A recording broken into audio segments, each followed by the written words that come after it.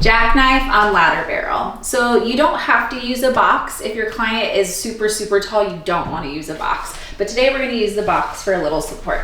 So hand goes onto barrel. For your client, they're going to step up 1 and 2, face away from the apex, take a seat. And then from here, you're going to start to think half roll back, rolling back, reaching your arms open overhead. You can always support their head just for guidance, and then slowly bringing one leg up at a time. Once their legs are to tabletop, they walk down the ladder to the very lowest rung.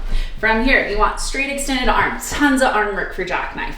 You're gonna start to roll up through the spine, 1 vertebrae at a time, finding the head down into the well, feeling the belly connect, finding that Jackknife pike. Slowly roll through the belly, rolling down. Think semicircle as you peel through the spine. Inhale. Exhale, piking back up, pelvic floor. Utilize it, full rectus, finding your transverse. Awesome, Neil. Finding that length, 1 more inch. Yes! And then slowly rolling it back down 1 vertebrae at a time. Once the pelvis arrives, tailbones arise, bend your knees. Walk your hands back up the ladder. Protect their head as you curl up 1 vertebrae at a time, finding your feet to the box.